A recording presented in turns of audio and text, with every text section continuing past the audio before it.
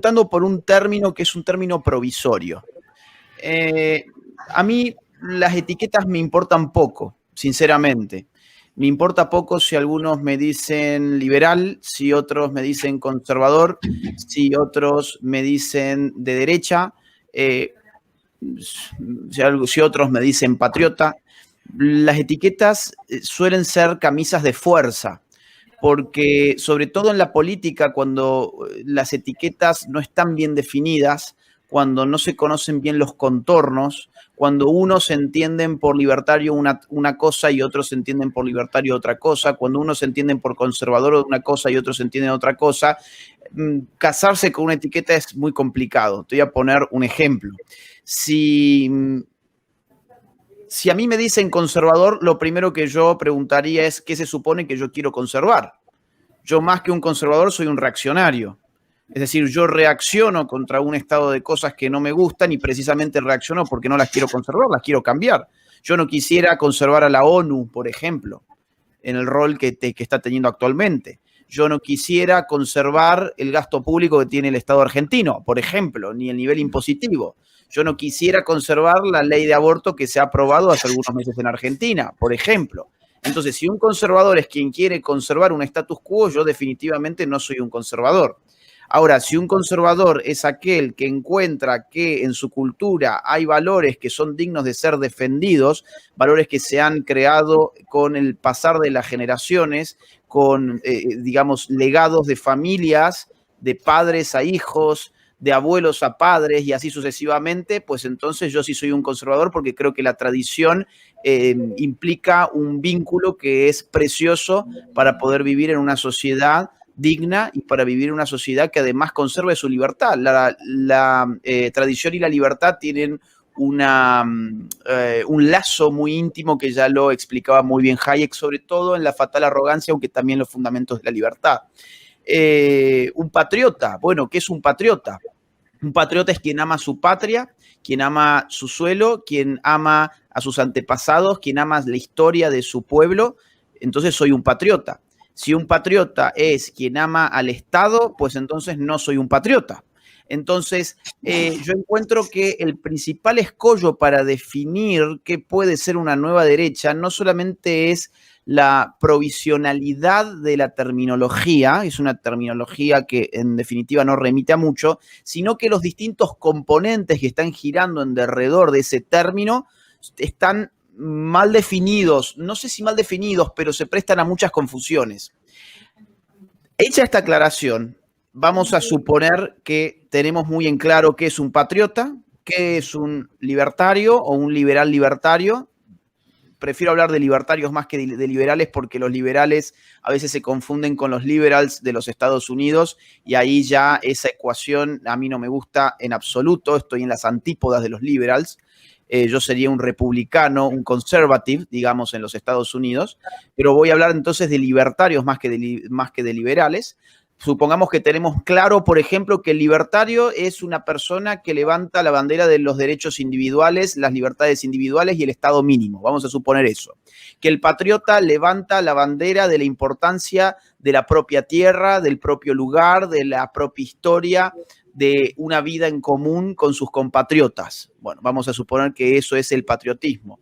Y vamos a suponer que el conservadurismo es aquel movimiento que defiende la importancia de la tradición y de los cuerpos intermedios que se han generado espontáneamente a lo largo del tiempo, un tiempo que va mucho más allá de lo que son las vidas individuales y que sin embargo la civilización ha sido construida no por individuos, sino por estos largos procesos tradicionales. Bueno, si esto es así, yo creo que una nueva derecha sería una articulación entre aquello que puede unir a estos tres esquemas ideológicos, ¿sí? Donde hay puntos de contacto, no son idénticos, no estamos hablando de lo mismo cuando hablamos de patriotas, libertarios y conservadores, estamos hablando de distintas posiciones que en un contexto dado que es el actual, yo encuentro que pueden articularse políticamente. Voy a decir rápidamente qué pienso que puede dar cada uno. Yo creo que el patriota, por ejemplo, su virtud es haber desconfiado desde siempre de los organismos internacionales y estar defendiendo, en este caso, las soberanías nacionales. Es decir, sobre nuestro territorio, sobre nuestra patria, nosotros nos autodeterminamos. Esa es una exigencia patriótica, ¿sí? Entonces, hoy, frente a la amenaza globalista, el patriotismo se levanta como una valla de contención imprescindible para lo que puede ser un proyecto de nueva derecha, o ustedes pongan el nombre que les guste. Nueva derecha es un concepto, es un término francés de Alain de Benoit, pero se puede poner el término que a ustedes les guste. X, Y, Z, me da lo mismo. El libertario, ¿qué le puede dar? El libertario tiene la virtud de conocer muy bien la economía, enriquecer a los pueblos, ¿sí? Tener medidas y políticas públicas económicas que le quitan el peso al individuo de un Estado explotador, de un Estado totalitario, que es lo que tenemos hoy en todos los pueblos. Es decir, el Estado ha venido creciendo sin parar desde la constitución del Estado moderno hasta hoy. No hemos visto, digamos, individuos más libres como la gente piensa. Hemos visto sucesivamente individuos con mayor carga del Estado. Entonces, ¿qué tiene el libertario? Una política revolucionaria. Recién Javier hablaba de la revolución. La revolución no tiene por qué, en principio, ser violenta. Han habido revoluciones que no han sido violentas y, de hecho, las revoluciones más importantes no han sido violentas. Las revoluciones que han sido violentas, al revés, han recibido ahí nomás su contrarrevolución, como la Revolución Francesa. En cambio, la Revolución Inglesa, por ejemplo, que es incomparable, ya lo sabía muy bien Edmund Burke, el padre del conservadurismo moderno, fue una revolución que continuó hasta los días de hoy, básicamente. Entonces, yo creo que el libertarismo en ese sentido también es revolucionario y tiene para proponer un esquema económico que trae libertades individuales para los ciudadanos de un Estado-nación. ¿Y qué tienen los conservadores? Y los conservadores, yo creo que entienden la lucha cultural cuando la lucha cultural remite a cuestiones intangibles. Por ejemplo, la problemática del género. Por ejemplo, la problemática en este momento en los Estados Unidos de la raza. Por ejemplo, las problemáticas étnicas, indígenas, las luchas por la historia que han sido abandonadas por la derecha tecnocrática, que no le importa la historia, le importa el autoayudismo barato, como fue el caso del PRO, por ejemplo, en Argentina. Entonces, los conservadores han reaccionado muy bien a esas amenazas, combatiendo la ideología de género, destapando los intereses de Black Lives Matter, revisando la historia y dando una lucha en estos términos. Entonces, cuando estas tres fuerzas se juntan, dejando de lado sus diferencias, que son muchas, es decir, bueno, acá hay algo súper interesante. Por ejemplo, yo, Javier, lo considero un libertario. A Chinda, una patriota. Y yo, en principio, vamos a suponer que yo sería un conservador. Bueno, acá tenés un ejemplo muy claro de lo que estoy hablando. Se dejan de lado diferencias, porque la política no es el arte de unir a los idénticos, eso se llama sectarismo. La política es el arte de unir a los similares. Y nosotros tenemos puntos de contacto muy, muy importantes, sobre todo en los tiempos que corren, donde cada uno tiene algo muy valioso para dar. Entonces, vos llamale nueva derecha o llamale como te guste, llamale X. El término puede variar, pero la idea, el concepto, yo creo que es ese. Es tratar de ir acercando a aquellos que sean amplios y que sean realistas en política, porque claro, a ver, evidentemente un libertario va a decir, no, yo ni loco me junto con Chinda Brandolino, o yo ni loco me junto con Agustín Laje, que es un conservador, un dinosaurio. O por ejemplo, un patriota quizás también podría decir, no, ni loco, yo estoy con Javier Milei, ni loco estoy tampoco con Laje, son unos neoliberales, por ejemplo, ¿no? Y desde el conservadurismo también se puede decir, no, yo ni loco me sumo a esta gente. No, bueno, esa gente se quedaría afuera de la ecuación, no va a sumar nada, nadie se va a poner triste porque esa gente no esté. Esa gente ya de entrada no está y no podés contar con esa gente. Entonces, digo, de los tres sectores, de los sectores libertarios, de los sectores patriotas y de los sectores conservadores, hay gente que es un estorbo. Entonces, con esa gente uno tiene que hacer de cuenta que no existen. Ahora, los que tenemos realismo político, creo que tenemos que empezar a acercarnos entre nosotros, sabiendo que no somos idénticos, pero sí sabiendo que somos similares. Y sabiendo que somos similares, tenemos que saber que podemos hacer muchas cosas. Hay que darle vida a un nuevo proyecto. Cierro con una última cosita, muy rápida. Hubo un momento en el cual Rothbard, es decir, uno de los pensadores libertarios más importantes, líder y fundador además del movimiento libertario en los Estados Unidos, pensó que su estrategia, él pensaba que el libertarismo en los 60, 70 tenía más que ver con la New Left, o sea, con la izquierda, que con los conservadores. Eso fue un error político garrafal. El libertarismo se le llenó de hippies, se les llenó de gente impresentable, se les llenó de izquierdistas que no es que odiaban al Estado, odiaban todo principio de autoridad. Odiaban a la familia, odiaban a la iglesia, odiaban a las fuerzas de seguridad, odiaban a las fuerzas armadas, odiaban todo lo que fuese autoridad y tradición. Ahí Rothbard se asqueó tanto con esta situación, se dio cuenta de su error político y él mismo se terminó saliendo del movimiento libertario y fundando una nueva cosa que le puso paleolibertarismo. Y ahí Rothbard empezó a encontrar cómo se podía articular en lugar de con la New Left, que fue un grave error, se empezó a articular con los sectores paleoconservadores.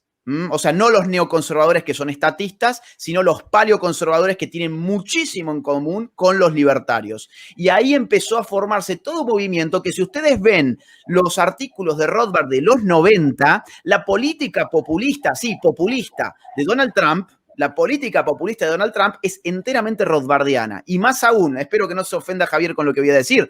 Javier es, digamos, la derecha populista, es el libertario populista en Argentina. ¿Por qué? Porque es popular. Porque es popular y porque el tipo le ha llegado a chicos, que incluso chicos de clases medias bajas y de clases bajas, que ahora entienden de economía porque un tipo popular les llegó a despertarle de el mito socialista, de la siesta, de la eterna siesta socialista. Entonces, dejemos de tener, y cierro con esto, porque si no me voy por los mamos, pero dejemos de tenerle miedo también a lo popular. Dejemos de pensar como la vieja derecha, que era aristocrática, que era de nariz parada, que era de barrios caros, que solamente se juntaban a tomar whisky y a fumar habanos. Dejemos eso de lado. La derecha hoy es popular. El establishment hoy es izquierdista. Nosotros somos populares porque nuestras causas le llegan al público que tiene sentido común, que viene de las distintas clases sociales y que tienen problemas concretos y problemas reales. El público normalmente no quiere abortar a sus hijos, el público normalmente no quiere que a sus hijos les estén adoctrinando con propaganda LGBT en los colegios, el público generalmente no está dispuesto a pagar impuestos que son explotadores. Entonces, pongamos en común todo esto, hagamos una fuerza en ese sentido y nos acerquemos a los sectores populares. Yo les aseguro que incluso las clases obreras nos van a escuchar mucho más a todos nosotros que los que lo escuchan a los zurdos, que solamente se han vuelto una recua de imbéciles universitarios que no tienen ningún contacto con la realidad. Así que yo lo dejo acá. Giancarlo, te agradezco el tiempo. Agustín, muchísimas gracias. Javi, tu micrófono está ya. Un segundo, por favor. Sí, claro.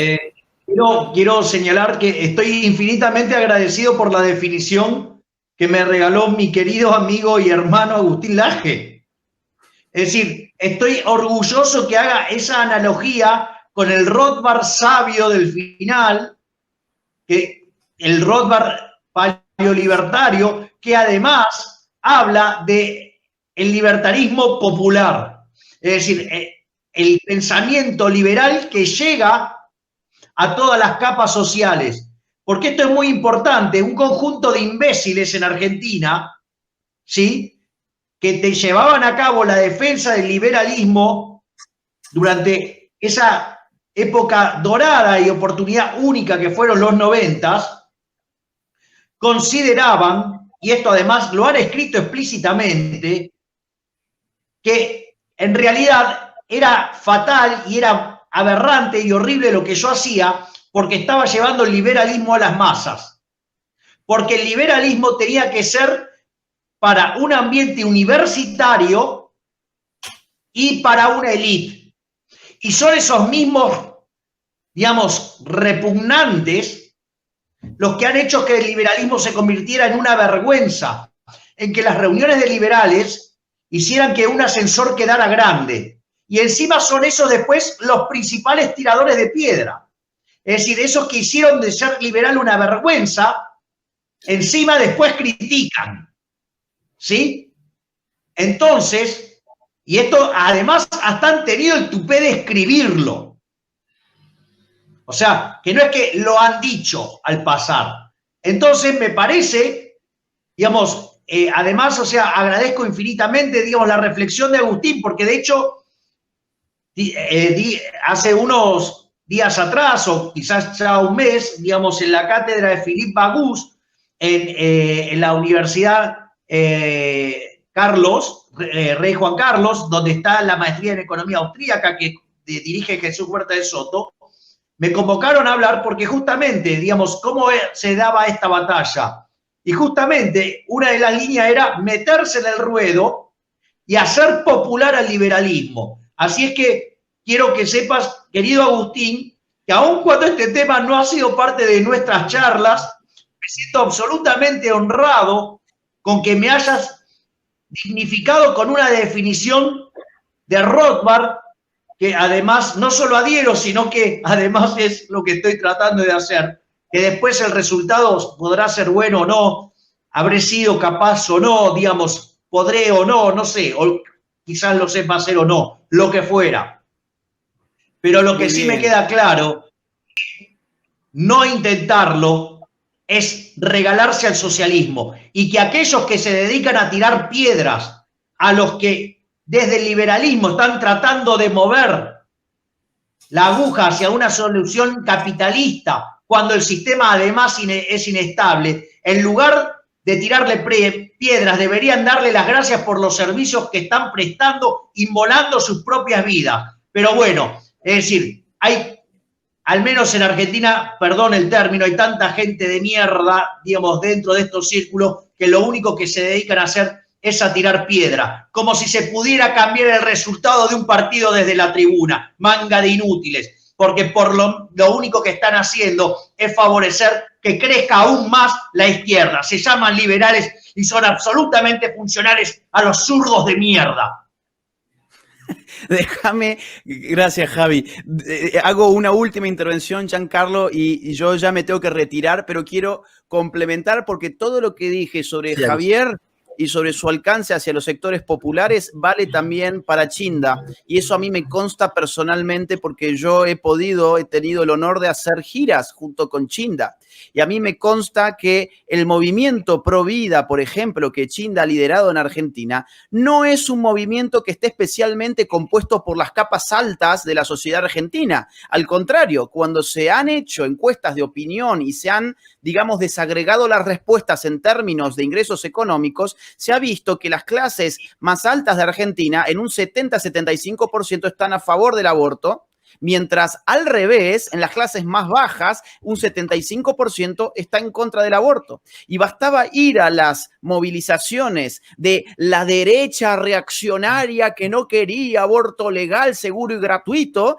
y uno, ¿sabés con qué te ibas a dar? Con los sectores populares, con gente de la Villa 31, con gente de distintas zonas, en el caso de Buenos Aires, de zonas, digamos, pobres, y también lo mismo me ha pasado a mí en Córdoba, pues yo he estado en ambas marchas, también en las de Córdoba. Gente muy humilde, ¿saben por qué? Porque los pobres no quieren matar a sus hijos. Los pobres lo que quieren hacer es poder salir dignamente de la pobreza. Por eso es que las políticas pro vida tienen que ir de la mano también con buenas políticas económicas que les permiten a los pobres, en lugar de estar pensando en matar a sus hijos, cosa que afortunadamente no piensan, los que piensan en matar a sus hijos suelen ser, digamos, aquellas, por ejemplo, la estudiante de filosofía que está bancada por mamá y por papá, que tiene su auto que se lo regalaron ayer los padres, y quedó embarazada, y va a ser, por lo tanto, probablemente una vergüenza para la familia haber quedado embarazada, o probablemente le va a complicar en lo sucesivo poder estudiar.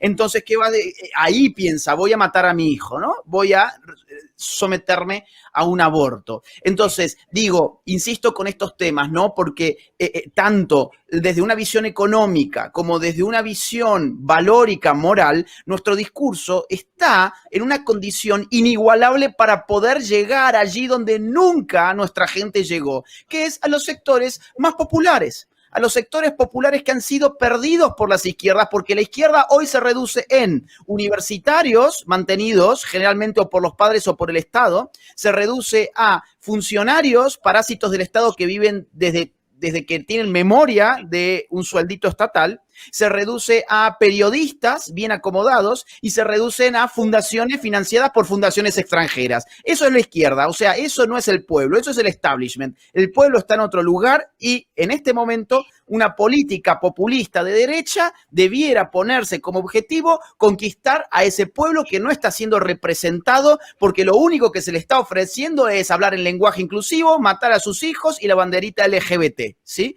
Así que, bueno, tenemos muchísimo trabajo por hacer y condiciones realmente que son interesantes para dar esta lucha. Giancarlo, yo te agradezco, tengo que pasar a otra entrevista que me habían pedido ahora para las 5:30. Un abrazo a todos, Mamera, que no puedo interactuar con vos. Saludos, Chinda, un abrazo gigante.